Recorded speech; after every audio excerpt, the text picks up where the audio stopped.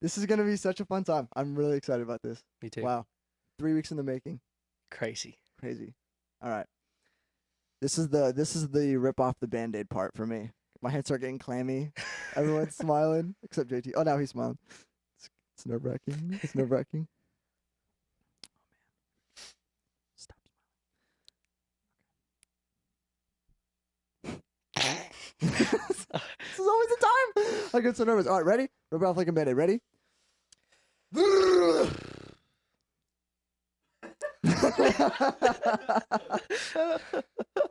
This is gonna be on the video. Oh, no. I know. All right, let's do it. Welcome back to the Center Podcast. Oh, I can't say welcome back because there might be some new people here. Welcome to. Yes, exactly. I say that every time. Welcome to the Center Podcast. My name is Garth Wheeler, and this is going to be an awesome episode. But before we get into it, ladies and gentlemen, the podcast is a month old. Come on, let's give a hand for the 1 month old podcast. My goodness, it has been such a fun ride, and I'm so excited to keep going. And today we have a special guest, Jackson. Jackson is a great friend of mine. We go to the same church, and we volunteer a lot in like Sunday school, and we see each other every week, and it's such an amazing thing. And Jackson, you are such a young kid who is so on fire for the Lord, and ever since I met you, I've just loved that about you. And I'm so excited to dive into that and just to talk about your experiences and how and why you're so on fire for the Lord. But first of all, Jackson, welcome to the podcast. Thank you. I'm glad to be here. Wow. Is this the first podcast you've ever been on? It is. I love it. I'm stoked, dude. I'm so excited about this. This is going to be so great. So we have a lot of awesome things to talk about. Sweet. First of all, just like I said, the fact that you're so young and that you are so hungry for the Lord. And I'm curious, as well as I'm sure other people are curious, what led up to that decision for you that you decided, okay, you know what? I'm going all in on this. And like I said, you're so young, and so it's super cool to see. Yeah. So I've grown up in the church. Mhm. So like knowing who Jesus was and just the whole like Christian faith has always been a part of my life, but it never like really was my own. So I think that was kind of like something that was holding me back. But I started going to our winter camps and summer camps So much and just fun. getting involved with like Kid City, and the student ministry and stuff like that with like student leadership team. Mhm. And getting involved really like opened my eyes and gave me the opportunity to branch out and really get to know like who I truly was and Yeah. where I found my identity and my purpose. Mm. So that alongside with the it's a lot of self, right? So yes, like God is there for you and he is here for you and wants to be a part of your life. But in the end, like it is your decision. Like Mhm. the only thing really holding you back from a strong relationship with the Lord is yourself, right? So 100%. you have all these like different like blocks, whether it be like distractions, temptations, where it gets into like the whole or like mental health even Mhm. with depression, anxiety, Yeah. all these different things that like the world has in store for you Mhm. are just kind of in the way. So once you learn to separate yourself from those and focus in and be intentional in your faith, really helps, and it's helped me Mhm. to really branch out in my faith Absolutely. and be on fire like you were saying. So Yeah, it's so cool because I wish that I was so on fire for the Lord when I was 18. When I was 18, I just wanted to please myself and live as the world wanted me to live, go to college, party, have fun, do honestly the normal thing. And that yeah. is become the normal thing. And it wasn't until recently when I made up my decision, you know what? That's it. I'm all in on Jesus. I'm not living for the world anymore. I don't want to do what I want to do. I want to pursue Jesus because ultimately he is the best thing out there, and I know that you've also experienced that. And there's so much joy that radiates off of you as well. And you're also super super involved in the church. And has that that's helped me in my faith. Has that also helped you in your faith? Oh, absolutely. Mhm. Kid City has been a big one. So as you Yeah, know, Kid I City. volunteer with my third graders. Love them.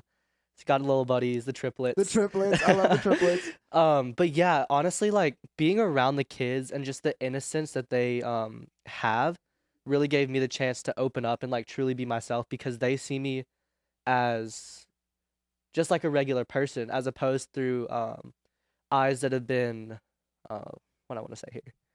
I guess distorted by like social media and Hmm. stuff like that because it kind of like changes your view on the way you view other people Yeah. because you're like, oh, like this guy doesn't look like this or she shouldn't be wearing that and Yeah. stuff like that. When you know you have these kids who like haven't been exposed to that, Hmm. so it's just a really like heartwarming Yeah. um and eye-opening experience just to experience the innocent like joy and Hmm. happiness that these kids have. So that Hmm. allowed me to kind of open up and be myself and found like true happiness and like contentment with who I am. That's so cool. And I honestly experienced that same thing.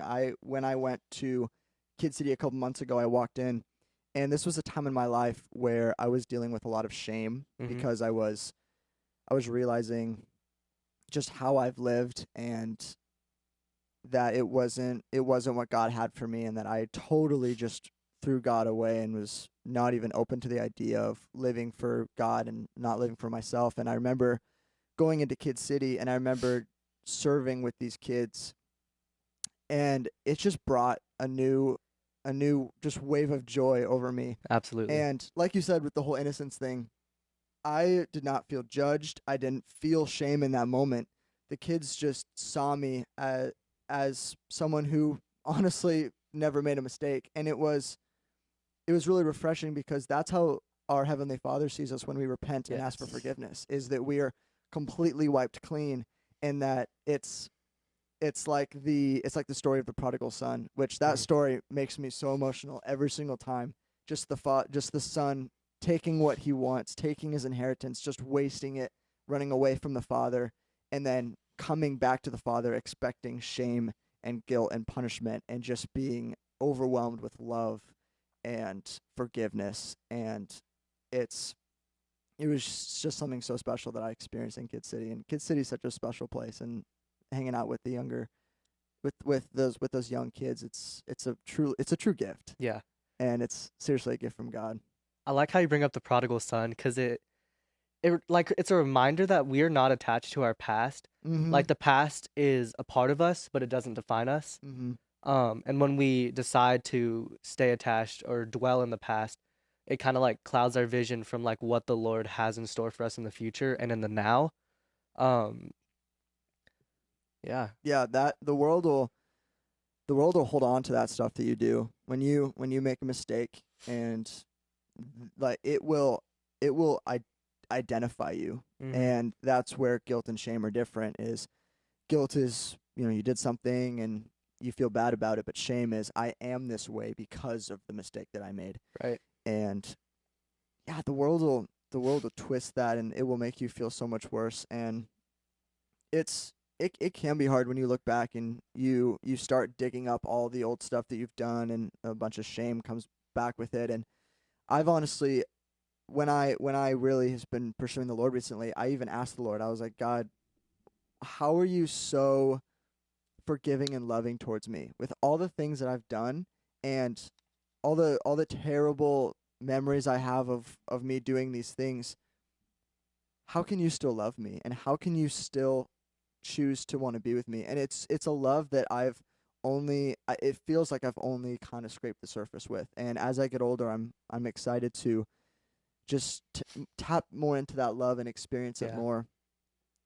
But as I've said, and recently I decided to just fully give myself to the Lord, and the ways that God's been working has been amazing. But that was one of the things that He taught me when I fully give myself up to Him, is He doesn't see me the way that the world sees me, and that He sees me as someone that is washed clean, and that He can invite into His kingdom one day. And I'm just so excited about that. yeah, So it's something very special. And another thing that we want to talk about is God emptying our cup to mm. refill it with His. And that was something that you mentioned the other day, and it really struck me. And who did you say made that analogy? I can't remember. What's her name? I think it was Christy McClellan Mr. McClellan. on one of our Sunday services. Yeah. And how did How did she explain that to make that resonate with you for the audience and everyone listening?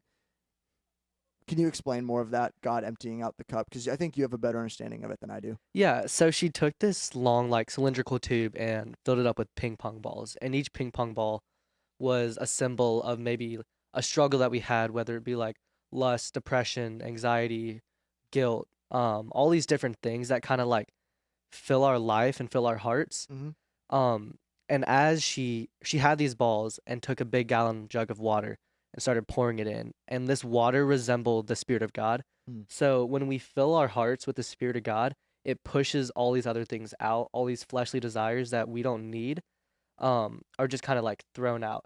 And once it's filled, it Wow. doesn't leave room for any of these other things to penetrate. Like they'll stay on the surface, but they're not gonna dig deep and stay there like they Mm. did. That's so cool. And I've honestly experienced that myself, and so I know that that is true because one thing that I've feared before a lot is death, Mm-hmm. and not just I've never been afraid of what comes after death because I've been raised in the church like you, and so I've always known it's either heaven or hell, and so I've always known that there's something after death, but death itself is the doorway has always been something that I feared. And since really giving myself to the Lord and trusting Him completely, that fear has just been gone. Yeah. And sometimes I walk out and I just tell the Lord, I today could be the day, but I'm not afraid because I'm I'm ready and I'm excited to meet you. And it's one of the things that you were mentioning that just kind of gets it goes away once you allow the Spirit of God to work. And it's Yeah. super cool. And I feel like once you've like committed your life to the Lord, like you Mm. kind of see life through like a different lens. Like you see like darkness and the light like in different ways, and you depict things differently. Like things that you would think like, oh, like that was just chance. Like no, like this was God working and doing this intentionally so that you can see him. Mm. Um and honestly just like opening doors for you. Yeah. Cuz it's like after I take a step back and just kind of like think through everything that happened or thinking through my day, I can like see things as like, oh yeah, that was 100% the Lord working there, Mm. as opposed to being like, oh, like it's just another thing that happened, and us we Right. can push it off and ignore it, Right. and then next day it's just like the same cycle. Yeah. So you really start to like see the Lord working, and He's constantly working, Yeah. and I think that's something that's super super cool, and it's like He's not always super prominent, but like He's always made like whether it be like behind the scenes or on Yeah. front stage, like Absolutely. He's always there. And the amount of things that I think we miss every single day, it makes me feel left out almost. Yeah, FOMO. I want to know everything that God's doing, and obviously I can't, but I also don't want to miss out on those times when God is obviously doing something or He's obviously trying to tell me something. hmm I don't want to miss out on those moments, but I oftentimes do, and it's a bummer. Yeah, and I think he's got a funny sense of humor with that, cause like Yeah. sometimes like he'll kind of hint at things, and then at some point it's like a little smack on the face. It's like, dude, like Yeah. I'm putting this right here in front of you, and you still aren't seeing it. Yeah, absolutely. Speaking of a slap in the face, we we were talking about this earlier. I was thinking maybe I should do an accent on this podcast. And Jaden comes up to me. Jaden's the first guest I had on the podcast. Jaden comes up to me and he says, "If you do that, I'm gonna come up from behind that camera. I'm gonna smack you across the face, and all you're gonna hear is you doing that accent, and then just wham, and then it'll correct me." But when you're saying that, as funny as that is, it's honestly true. God does oftentimes correct us in such a hard way sometimes, and it can feel like, God, was that really necessary? Like, why'd you have to correct me in that way? But in the end, it's for the better good for ourselves, and sometimes that's what a lot of the hardships in life is about. I feel like Yeah, is we oftentimes ask God, why is life so hard right now? And I think another good example of seeing life differently with a new lens, a new vision when you accept Jesus and the Spirit actually enters into you and you're living this entirely new life, which the Spirit inside of you is a whole new conversation that we can yeah. talk about, which is super cool. But the whole new lens and everything. Oh gosh, what was I talking about? Oh boy. I forget. I lost my train of thought. Oh. Well, that's a bummer. Anyways. Something my small group leader Chuka used to tell me, speaking about like difficulties and like new lenses, is like Yeah. you can't have a testimony without a test. So God will Mm. put these hardships in your life to kind of teach you lessons, because He tells us that all the things He puts in our life, He doesn't put things in it unless we can defeat it. Mm. And sometimes like we have to call on the Lord to help get through some of these things, but it Mm. helps kind of like build that relationship, right? Yeah. So I like to kind of think of God as like a best friend, right? Yeah. You call on him like obviously when you need him, but also just ask him to like hang out or talk or Mm-hmm. just be like, "How's your day?" Because honestly, asking God the simple questions and really getting to like know your Father, right? Is just a really amazing experience. Absolutely. And thank you for sharing that, because you actually reminded me of what I was trying to say. And it was about the lenses and the hardships. And when you have that new vision, that new lens that God gives you when you accept Him and you start following Him, and it's so cool. It just makes you more joyful. But you Yeah. also look at those hardships like tests sometimes. Yep. There's just one song that I've been listening to by a guy named Forrest, and it's No Longer Bound, and it's an amazing song. I love this song. You guys should listen to it. And he basically says, oh, something along I don't remember the exact lyrics, but it's something along the lines of, every day I wake up feeling blessed, and even when I don't, I see it as a test. Mm. And I can't believe I just remembered that. But that's so true. Yeah. It's some days you wake up feeling good, some days you wake up feeling like you're really close to the Lord, and then some days you wake up and you just can't feel the Lord, Right. and you're not feeling it. You're tired, you're annoyed, whatever it is. Often, but when you have that new lens, you can look at that as, oh, this is more of a test. Right. And what am I going to rely on in this time? And what is my firm foundation right now? Am I going to lean on anything else in my life to kind of get me through this hard season, or am I going to lean on the Lord like I would when it's a good season? Mm-hmm. And it's a good question to have. And have you experienced, speaking of like firm foundations, have you experienced God to be your firm foundation in times of hardships? Because I know there are times where I haven't, and I've leaned on other things that I probably shouldn't be leaning on.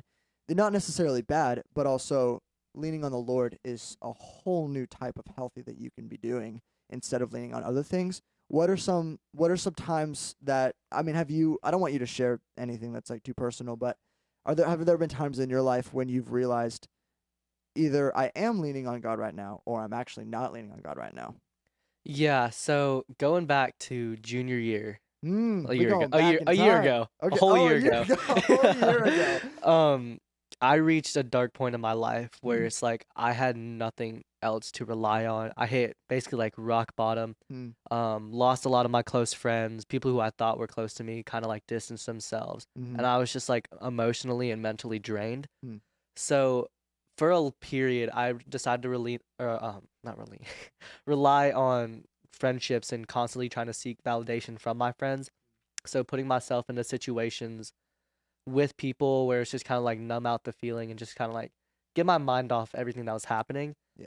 And I just never felt filled. I always continued to feel like this emptiness inside of me, and I couldn't figure out why, but I knew that I didn't want to stay there. Mm. So it kind of opened my eyes to like, okay, none of this other stuff is working for me. Mm-hmm. All I have to rely on here is the Lord.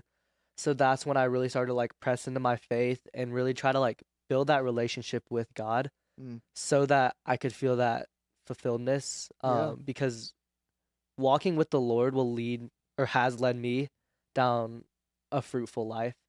Mm. Because I've seen doors open. Like I've seen so many different like crazy things that have happened. Mm. Like I've seen people been healed like right in front of me. Wow. Which is just like a crazy experience because it makes you Yeah. question. It's just like, was this a setup? Like, was this guy really like experiencing this? Right. Because it's at this like big event, and it's like Yeah. there's just no way. Um, and it just kind of like reminds me, of, like, what do these people think back when like Jesus was walking on the earth and like Mm-hmm. physically healed people like in front of these Yeah. huge crowds? It's just kind of crazy. Yeah. But Jesus and just like my relationship with God just like really pulled me out of that dark place. Wow. And just showed me His light, Yeah. which is what my tattoo was talking about. Mm-hmm. From 1 Peter 2:9-10, it says, "But you are a chosen people, a royal priesthood, a holy nation, God's special possession, that you may declare the praises of him who called you out of darkness into his wonderful light. Hmm. And once you were not a people, now you're the people of God. Once you had not received mercy, now you have received mercy. So it's like this theme of renewal Hmm. in him and building my life on his foundation, because he is that firm foundation and he won't crumble beneath you. Awesome. Already a lot of great conversations, Yeah. and I've been loving to hear from it. And what are some of your goals when it comes to, I guess, growing in the faith? Because when there's a new believer who's just giving their life to the Lord, and I know this is out of nowhere, but I'm honestly curious what we could share about if you're a new believer and you want to grow in the faith and you're kind of sitting there just giving your life to the Lord and you're like, what now? You know what I mean? Yeah. For me, just like getting plugged in, because you'll meet That's so many huge. people, Huge. and find you a good church that Yeah. feels like very welcoming. Meet new people who just like want to talk to you and want to get to know you. Because I've talked to so many different adults who's just like they start the conversation asking like something as small as like, "How's your day going?" Yeah. Because that's what builds like the strongest relationships, I Mhm. believe. Being able to have those like small talks and then eventually get into like the deeper, more vulnerable stuff. 100%. But yeah, just getting plugged in, whether that be in a small group, a community group, Mhm.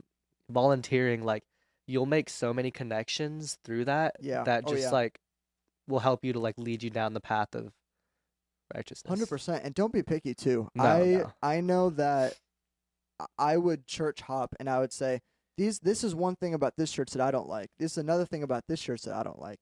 And I was so picky. And here's the thing: there's no perfect church, Right. and you're gonna try and find it. It doesn't exist.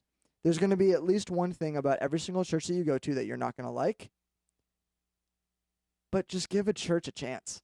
And one of the things that I know is a really big complaint at the church that we both go to is that the worship.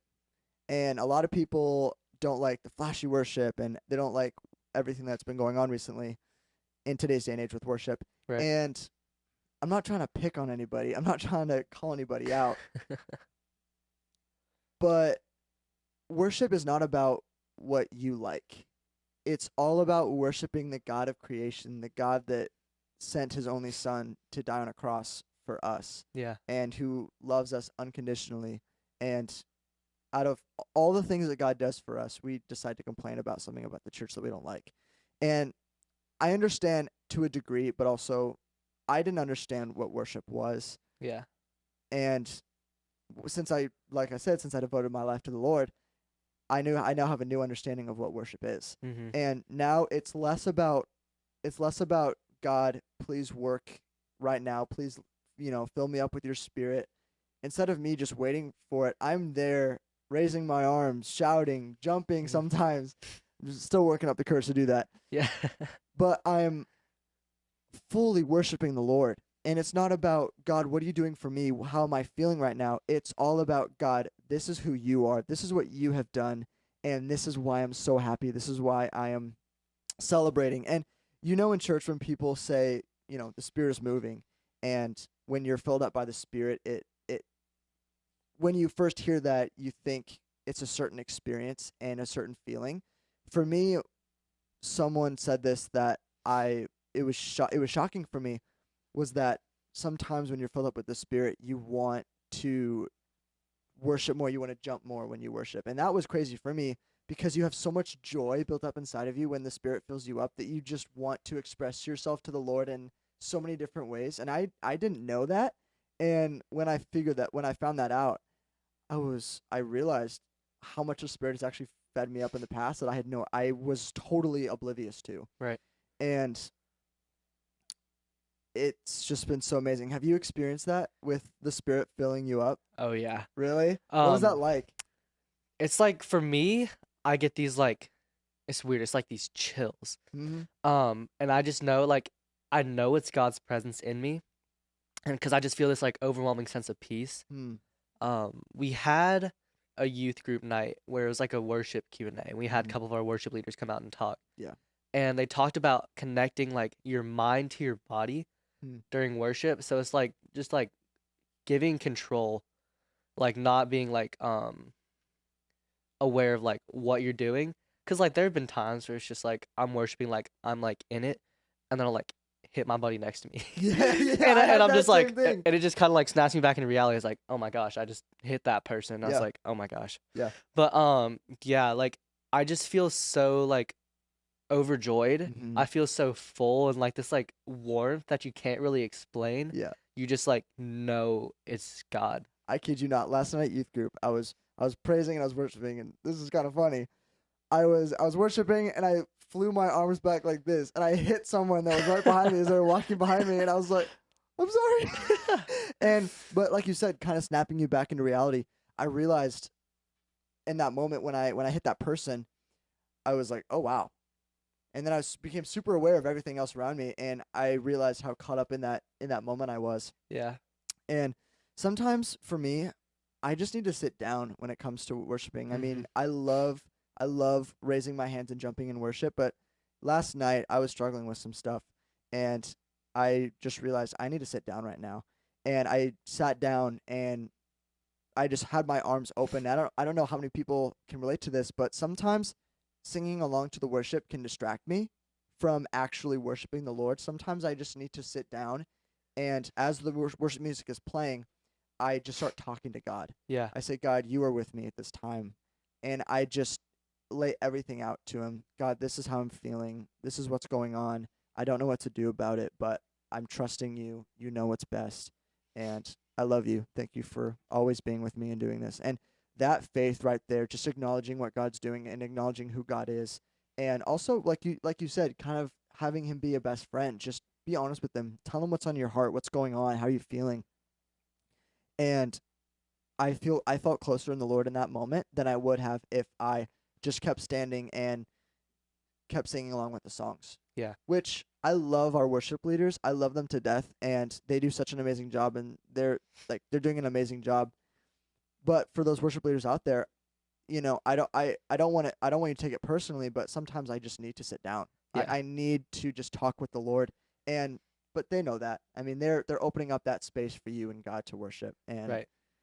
it's super super cool, and Yeah. I love it. Because worship can look a lot of different ways for a lot of different people. Mhm. So you'll have those people that are like jumping up and going crazy, and then you'll have the people who are like on their knees, just kind of. I see it as like whatever you're doing, I see it as an act of surrender, right? Mhm. Because you like completely throw out like your ego and just like everything else that's on your mind, and it's Yeah. just giving your body to the Lord and letting Him like move through you. Mhm.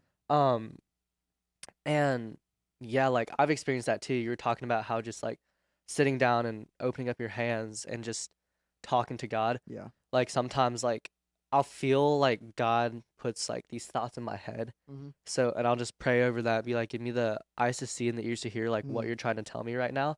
And just actually I read this verse in oh gosh, I think it was Isaiah Mhm. talking about fear is the key to knowledge and understanding of the Lord. Hmm. Because we're always told to fear the Lord. And for the longest time, I'm like, fear as in like being scared or like afraid of Right. God.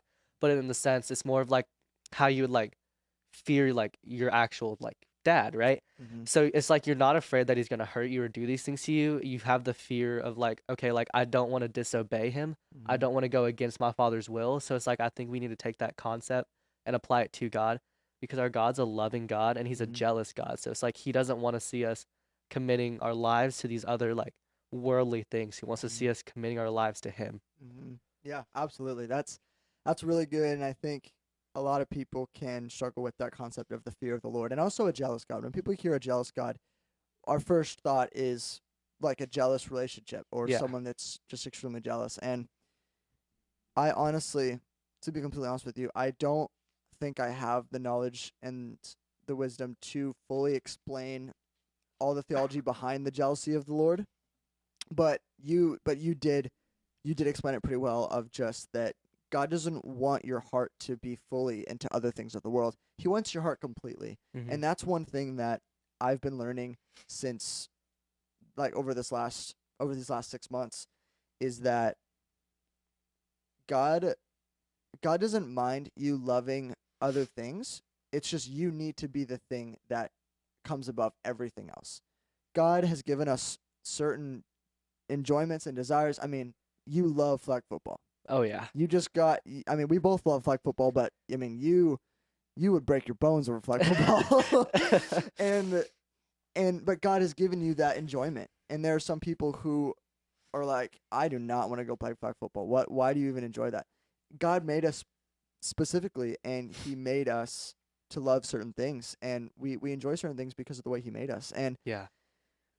And obviously, there's a line between that. I don't want to say that if you enjoy something that's really bad, obviously that's not what God has for you. But do you understand what I'm saying? Yeah, because God gives us these talents, and like we just talked about this in 1 degree, this college course that I'm Mhm. doing. Love one That degree. kind of for those of you who don't know, it kind of points you in the direction of where God has like called you to and like what your purpose is. Mm-hmm. But we just went over this thing about your unique ability. Mm. So God puts these different strengths and values in your life Mm. and gives you these gifts that'll help you along like your talents. Mm. Cuz he wants you to like show his love for us through your talent. So I feel like that's why he puts these things in our lives so that we can like truly express like God's love and God's like affection for us. Yeah. Through our like daily life. Mm-hmm. Yeah, that's so good. I love that.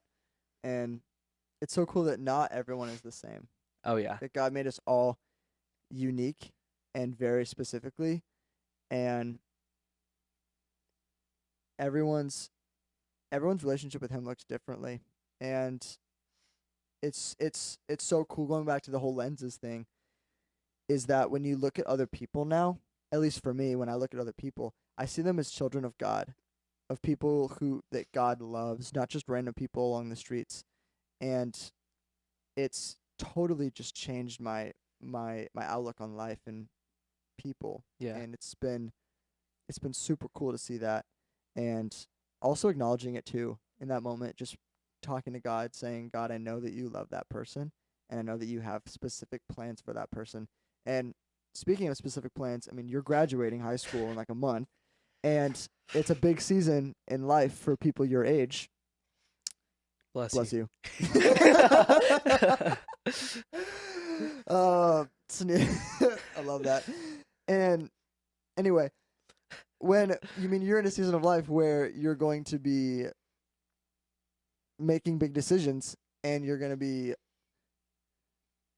sorry, I thought you were going to sneeze again. I was ready to say bless you again. Gosh, back to my point for the third time. You have big decisions to make, and you are going to be. I lost my train of thought. What was I saying?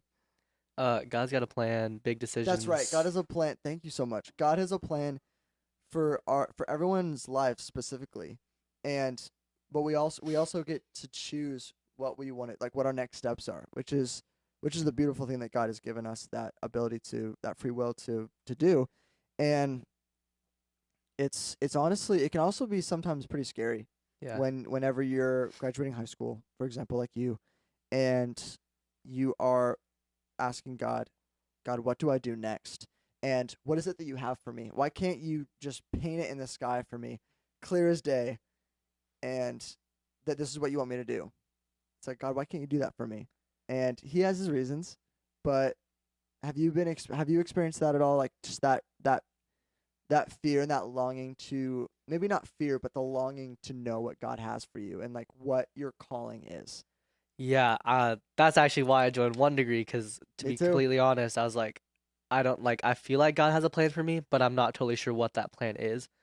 Um, so I'm like in between civil engineering and ministry.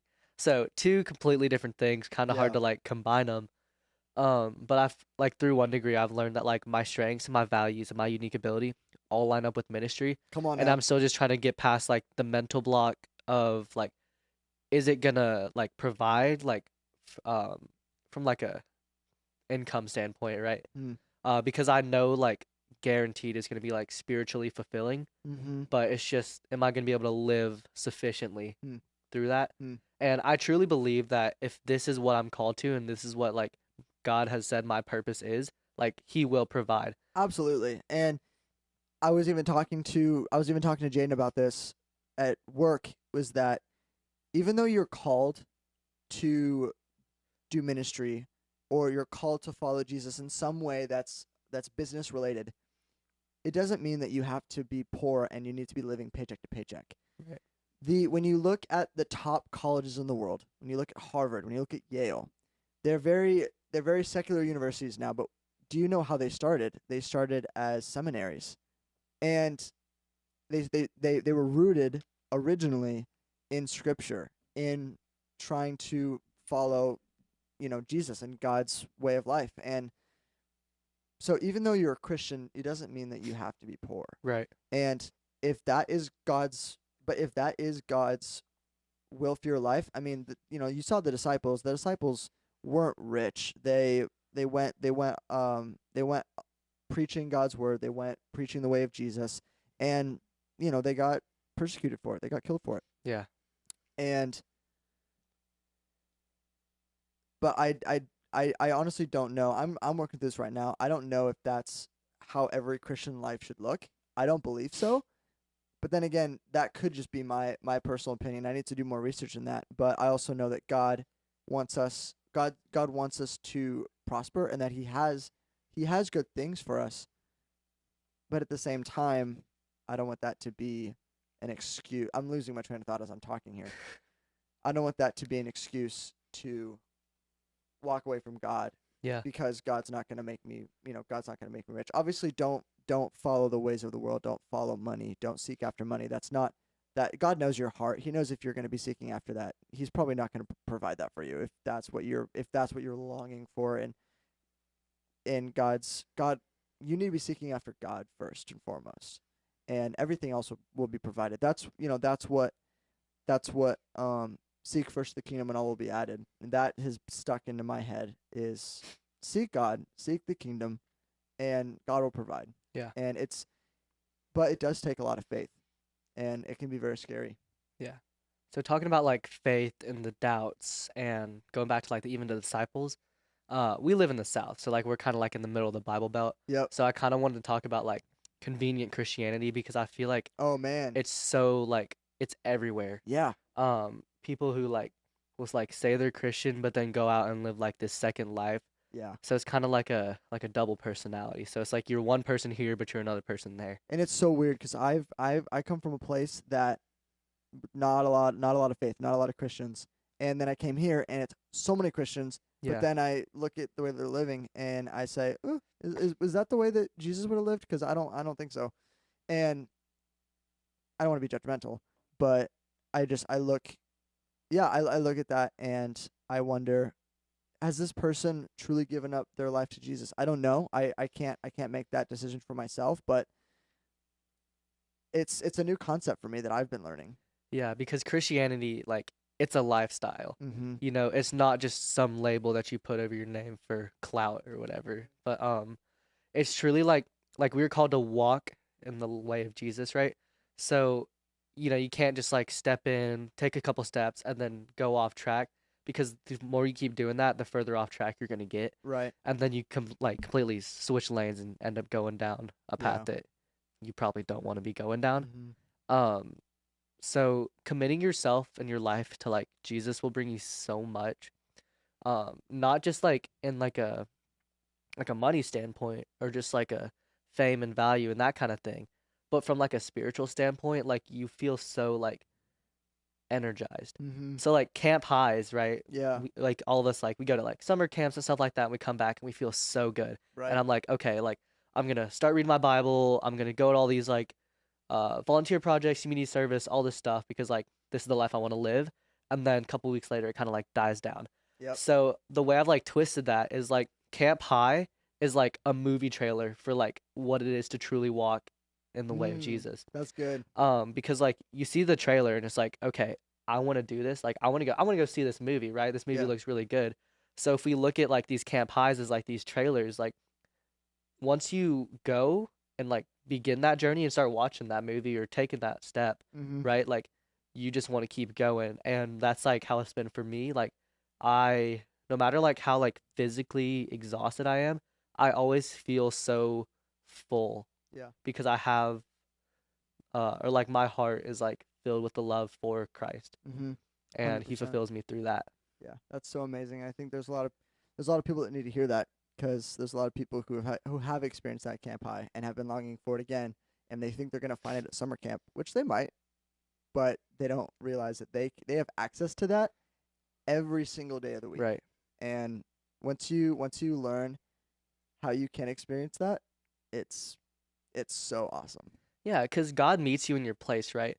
So like find that thing where you feel the most connected to God, whether it be like in nature, going for a run. For me, it's worship music. Mm-hmm. Find that thing and really like press into it and make it an importance to do that, because he will meet you there and he will show up. He's done it in my life and he's done it in a number of my friends' lives. Yeah. So I know that for sure. 100%. Well, Jackson, that is actually, we just hit our time, but that was an awesome conversation. Thank you so much for taking the time and coming on the podcast. I really appreciate you. Thanks for having me, dude. This is And awesome. this was celebrating, we're celebrating the first month of the podcast. It's so Woo! incredible. And once again, thank you so much for taking the time coming on the podcast. And of course, to Absolutely. everyone watching and listening, thank you so much for coming back for the 4th episode. Whew, man, I don't know what this is gonna look like in the future. I'm just trying to take it one episode at a time. But every single view and every single like, every single person that decides to support this, I'm just so grateful, and I'm so excited to see what else, like what God's gonna continue doing with this. I can't wait, bro. I know it's gonna be so awesome. Well, thanks again to everyone watching and listening, and Jackson, thanks again, man. Absolutely. It's been awesome. All right, that's it. That's So a wrap. wrap.